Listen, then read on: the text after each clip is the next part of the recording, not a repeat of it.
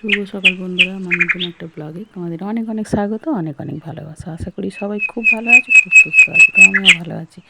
তো এখন ঘড়িতে বাজে 6টা। তো আমি ঘুম থেকে উঠে গেছি। ঘুম থেকে উঠে গিয়ে আগেই কেটলিতে জল বসিয়ে দিয়েছি, গরম জল। কেননা কেটলিতে জলটা ফুটিয়ে আমি ভাতটা বসাই। আর চালটা বার করে নিয়েছি। চালটা বার করে নিয়ে ভাতটা বসিয়ে দেবো আগে, তারপর দিয়ে এদিক ওদিক কাজ কিছু সারবো। তো ভাতটা হতে হতে আমাকে তরকারি কী রান্না করব তার জন্য সবজি টবজি কাটতে হবে। তো যাই হোক, দাদাভাই কী রান্না করতে বলে, বুঝতেই তো পারছো যে চোখ কচলাতে কচলাতেই রান্না বসানো। তো কখন মানে চিন্তা ভাবনা করব, রাতে চিন্তা ভাবনা করে শুলে ভালো হয়। তো যাই হোক, ভাতটা বসিয়ে দিলাম, দিয়ে এসে বলি ঘরটা মুছে নিই। কেননা ঘরটা মুছে নিলে দাদাভাই ঠাকুর ঘরে ঢুকবে, পূজা করবে। তো ঠাকুর পুজো করলে ঘরদোর বাসি থাকলে কীরকম একটা দেখায় না। যতই ঠাকুর ঘর মুছি কিন্তু সামনে মেন দরজা বা ঘরদোর তো সবই মানে বাসি। তো যাই হোক, ঘরদোরগুলো মুছে নিচ্ছি তাড়াতাড়ি করে। ঘরদোরটা মুছে নিয়ে তারপরেই আমি শুরু করব হচ্ছে সবজি টবজি কী কাটবো। তা সবজি টবজি বলতে ভুল হচ্ছে বলা আমার, কারণ বেশি কিছু তো রান্না করতে পারি না। ওই একটা তরকারি ভাত, কোনো সময় হয়তো একটু ভাজা ডাল ভাত এরকম করে দিই। কারণ 6টা 6:30 থেকে 7:30টার ভিতরে আমাকে রান্না রেডি করে দিতে হয়। তো যাই হোক, আজকে দাদাভাই বলছে যে ডিমের তরকারি খাবে। তো দাদাভাই বললো আজকে ডিমের তরকারি করো। আমি বললাম ঠিক আছে তাই হবে। বলে দাদাভাই টিফিন বক্সটা মেজে দিয়ে উবুড় করে দিয়ে দিয়েছি, জলটা ঝরতে দিয়ে দিয়েছি। তো ডিমের তরকারি হবে। তো আমি বের করে নিচ্ছি টমেটো আর হচ্ছে আদা ফ্রিজে আছে, আর কাঁচা লঙ্কা বের করে নিচ্ছি। তো হচ্ছে আলুটা কেটে নেব। তো দাদাভাই ঢুকেছে, দাদাভাই হচ্ছে স্নান করতে ঢুকে গেছে। দাদাভাই স্নান করতে ঢুকেছে, তো এক্ষুনি কলে জল এসে যাবে আবার। তো আলুটা বের করে নিয়েছি আমি, আলুটা কাটবো। আলুটা টমেটোটা কেটে নেব।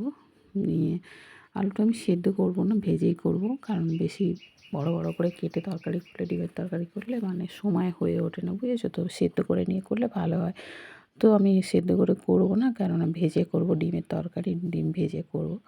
তো দাদাভাই হচ্ছে স্নানে ঢোকেনি এখনও, আমি খেয়াল করিনি। যাই হোক, দাদাভাই স্নান করতে ঢোকেনি। দাদাভাই স্নান করতে ঢুকবে, ছাদে ছিল আমি জানি না, আমি মনে করেছি স্নান করতে ঢুকে গেছে। আমি ঘরদোর মোছামুছি করছিলাম, কখন ছাদে গেছিলো। ওই ছাদে গাছে টাছে মাটি টাটি দেয় একটু, কারণ কোনো গাছের গোড়ায় মাটি না থাকলে বর্ষাকালে তো ধুয়ে যায়। তো মনে হয় ছাদে গাছের গোড়ায় মাটি দিতে গেছিলো। তো এখনও স্নান করতে ঢোকেনি। তো আমি আলুটা কেটে নেবো, আলু টমেটোটা কেটে নেবো। কেটে নিয়ে আর তরকারিটা বসিয়ে দেবো। কেননা ভাতটা আমি বসিয়ে দিয়েছি, ভাতটা এক্ষুনি হয়ে যাবে। ভাত খুব তাড়াতাড়ি হয়ে যায়, যেহেতু গরম জল দিয়ে বসাই। গরম জল দিয়ে বসালে বেশি তো সময় লাগে না, যে ভাতটা গরম হবে, জলটা গরম হবে, তারপর ফুটবে। তো আমি ইলেকট্রিক কেটলিতে জল গরম করেই বসাই, যার জন্য আমার অত সময় লাগে না। তো সঙ্গে সঙ্গে ভাতটা ফুটে যায়। তো ভাত এক্ষুনি ফুটে যাবে। তো আমি হচ্ছে ভাতটা ফুটে গেলে তরকারিটা বসাবো। ভাতটা হয়ে গেলে তরকারিটা বসাবো। দাদাভাই বলেছে যে অনেক দিন নিরামিষ খাওয়া হচ্ছে, আজকে একটু ডিমের তরকারি করে দাও। তা আমি বললাম ঠিক আছে তাই হবে, তুমি যা বলবে তাই হবে বলে। তো যাই হোক, দাদা আমার সবজি টবজি কাটা হয়ে গেছে। দাদাভাই হচ্ছে ঠাকুর ঘরে ঢুকে গেছে স্নান করে। আমি চলে এসেছি ঘরে ডিম বার করতে। ডিম আলুটা কেটে নিয়েছি, নিয়ে ডিমটা বার করতে এসেছি। দাদাভাই খেয়ে যাবে, নিয়ে যাবে। তো ডিমের পাতা কেনা থাকে ঘরে, আগে খুচরো কিনে আনতাম। কে যাবে দোকানে রোজ রোজ, ভালো লাগে না। আমি এমনি বাইরে যাই না, তোমাদেরকে বলেছি।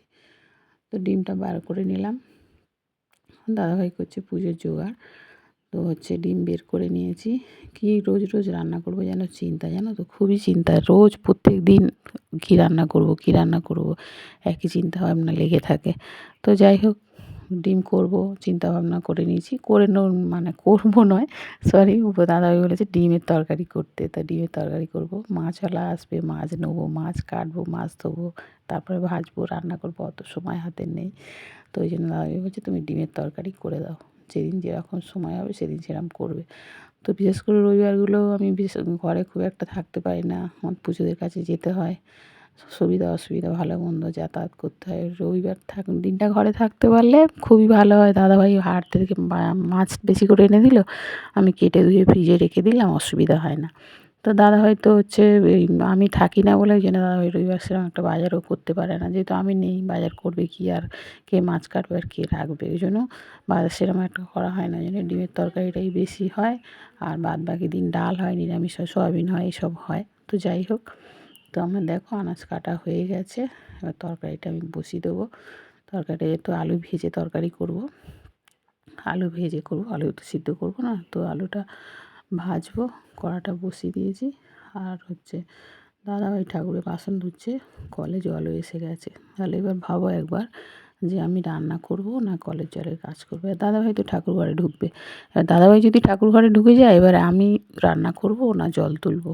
এবারে মানে কী যে সকালবেলা টানাপোড়েনের মধ্যে পড়ি, মানে চিন্তা করতে পারবে না। তো কলে জল এসে দাদাভাই গামলাটা বসিয়ে দিয়েছে কলে।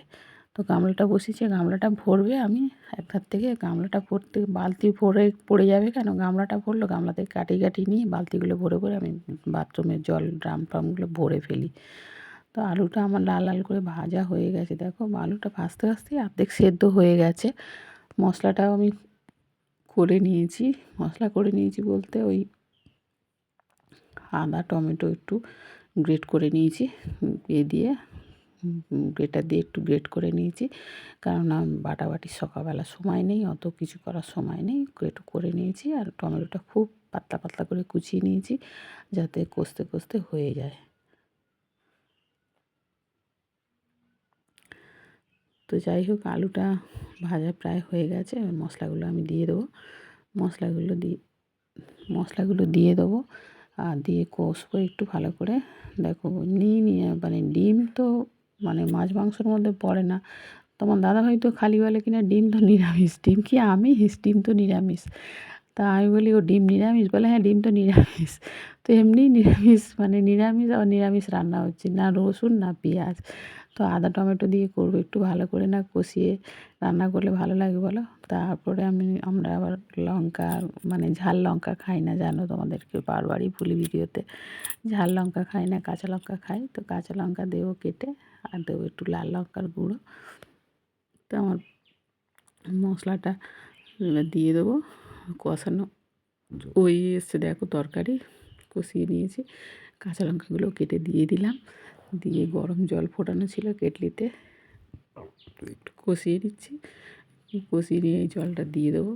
গরম জল ফুটিয়ে রেখেছি, দেরি হবে না, তাড়াতাড়ি হয়ে যাবে। এদিকে দেখো জল ভরতে চলে এসেছি, কেননা জলটা না ভরলে ওই কলের জল চলে যাবে, আমি জলে বিপদে পড়ে যাব। দাদাভাই তো ডিউটি চলে যাবে সারা দিনের মতন, এবার জলের প্রবলেমে পড়ে যাব আমি। এবার যদি বলে জলের এমনি মানে ট্যাঙ্কে জল আছে, ট্যাঙ্কের জল হচ্ছে পুকুরের জলে কাজ করি, তো হচ্ছে পুকুরের জলে কাজ করি, তো পুকুরের জল ট্যাঙ্কে ভর্তি হয়, কলের সঙ্গে এখনও কানেকশান করা হয়নি, সম্ভব হয়ে ওঠেনি, এখনও করতে পারিনি।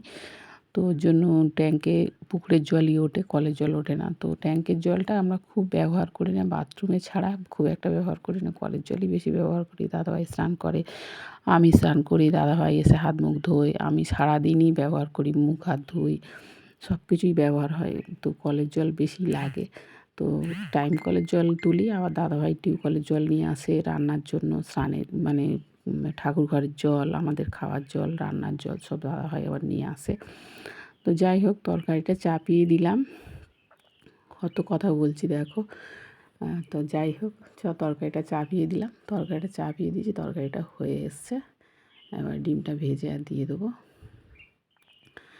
বেশি সময় লাগবে না। ওই যে ওই গ্যাসে দেখো ডিম ভাজছি, ওই যেহেতু এটা নিরামিষ গ্যাস আমার, কেননা ঠাকুরের ভোগ রান্না হয় এই গ্যাসে, তো এই গ্যাসে আমি মাছ ফাছ তুলি না, এই গ্যাসে হচ্ছে ডিম মাছ মাংস কিছুই তুলি না, ওই গ্যাসে হয়। তো আমি ওই গ্যাসে ডিমটা ভাজছি, আর এই তরকারিটা করে নিচ্ছি। এবার যদি বলো ওতে তরকারি করা যায়, ওতে তরকারি করা যায়, কিন্তু কী বলো তো, ওতে ভাত হচ্ছিলো, ওই জন্য আমি ওটাতে যাতে তরকারি বসিয়ে দিয়েছি। ওটা তো সিঙ্গেল ওভেন, ওই জন্য ওটাতে ভাত হচ্ছিলো, এটাতে আমি তরকারি বসিয়ে দিয়েছি। তো তরকারিটা আমার প্রায় হয়েই গেছে, এবার ঢেলে নেবো, তরকারিটা ঢেলে নিয়ে ডিমটা ভেজে দিয়ে ফুটিয়ে নেবো, নিলে হয়ে যাবে। কী করবো, এরকমই ঘরে ঠাকুর আছে, তো দাদাভাই একটু ঠাকুর খুব মানে, আর দাদাভাই মানে বললে ভুল হবে, আমিও মানি, তো আমারও অভ্যেস হয়ে গেছে। তো ওই জন্য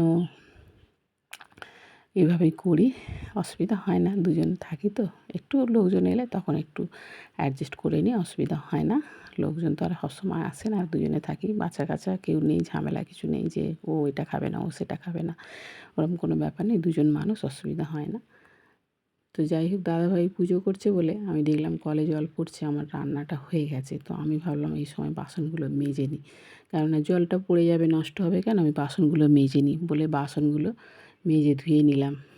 দাদাভাইয়ের পুজো হয়ে গেছে, দাদাভাই প্রসাদটা তুলবে, তুলে ঠাকুরের বাসনে দেখো, ঠাকুরের বাসনটা একটু ধুয়ে দেয় দাদাভাই, কেননা জানে কলের জল চলে গেলে আবার সেই বিকালে জল আসবে। তো আমি তার মধ্যে দাদাভাইয়ের ভাত টাত সব রেডি করে দিয়েছি, দাদাভাই খেতে বসেও গেছে, দাদাভাইয়ের ভাত তুলে দিয়েছি, দাদাভাইয়ের টিফিন বক্সে ভাত তুলে দিয়েছি, ভাত দিয়ে দিয়েছি, দাদাভাই খেতে বসে গেছে, দাদাভাইয়ের তরকারি ঠান্ডা করতে দিয়ে দিয়েছি, দাদাভাই খাওয়া হয়ে গেছে। এখন আমি টিফিনটা প্যাক করব। দাদাভাই টিফিনটা প্যাক করে দিলে আমি তারপর রাতের টিফিন, যেটা সন্ধ্যের যে টিফিন করে সেটা দাদাভাই গুছিয়ে নিয়ে নিয়েছে। তো যাই হোক, এবার টিফিনটা দিয়ে দেবো। দাদাভাই সাইকেল নিয়ে চলে এসছে ওই বাড়ি থেকে, সাইকেলেও বাড়ি রাখা থাকে, এ বাড়ি থাকে না। দাদাভাই সাইকেলটা নিয়ে চলে এসছে, এবার দাদাভাইকে জিনিসপত্রগুলো গুছিয়ে দিয়ে দেবো। তো শাশুড়ি মায়ের শরীরটা খুবই খারাপ, সেদিনে রোদে বসে বসে মানে উঠোনে সেদলা তুলছিল। তো সেদলা তুলতে তুলতে আর এমনি ওনার হাই প্রেশার, আর খুবই মানে কথা শোনে না, বৃষ্টি ভেজে রোদে মানে থাকে, ওই জন্য শরীর খারাপ করে। তো শরীর খারাপ করেছে, ওই জন্য দাদাভাই বা বকাবকি করছিলাম, যে মাকে বললাম, মা কথা শোনেনি, দেখো রোদে কাজ করছিল, সেদিনকে তোমাদেরকে আমি দেখিয়েছি ভিডিওতে, তোমরা নিশ্চয়ই দেখেছো। মা রোদ্দুরে, এত রোদ্দুরে বসে বসে ওই উঠোনে সেদলা তুলছিল, এবার হাই প্রেশার, শরীরটা খারাপ হয়ে গেছে। তো বলছিলাম, আর দেরি করে ভাত খায়, ভীষণ দেরি করে ভাত খায়, সারাদিন উঠোন ঝাড় দেবে সারাদিন।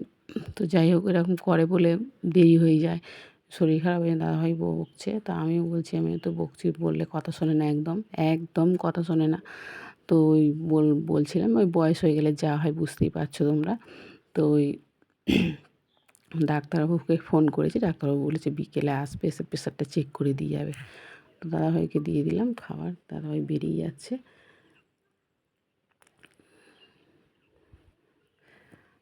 দাদাভাই বেরিয়ে গেছে, এবারে আমি আরও কাজকর্ম অনেক পড়ে আছে, সারাদিন তো চলতেই থাকবে। মানে প্রত্যেক দিনই তোমাদের দেখাই, বলি, উল্টে পাল্টে মানে সবই কাজ, সব রকম কাজই দেখাই, যেহেতু সব কাজ আমাকেই করতে হয়। আর দাদাভাই সকালবেলা যেটুকু পারে আমাকে হেল্প করে দিয়ে যায়, মানে যথেষ্ট হেল্প করে বলতে পারি, যথেষ্ট হেল্প করে। তবে দাদাভাইয়ের ইদানিং একটু শরীরটা খারাপ হয়ে যাওয়ার পর থেকে খুব একটা হেল্প করতে পারে না। তো আমি মানে বলি না, কেন বলি না, শরীর খারাপ হয়ে গেছে যেহেতু। তো যাই হোক, দুপুর হয়ে গেছে, ভাত নিয়ে বসে গেছি। তো দেখো, একা একা ভাত খেতে একদমই ভালো লাগে না, খুব মন খারাপ লাগে, কারণ দাদাভাই তো মানে মেয়ে ছিল যতদিন, যতদিন মেয়ের বিয়ে হয়নি ততদিন মেয়ে আমি খেতাম।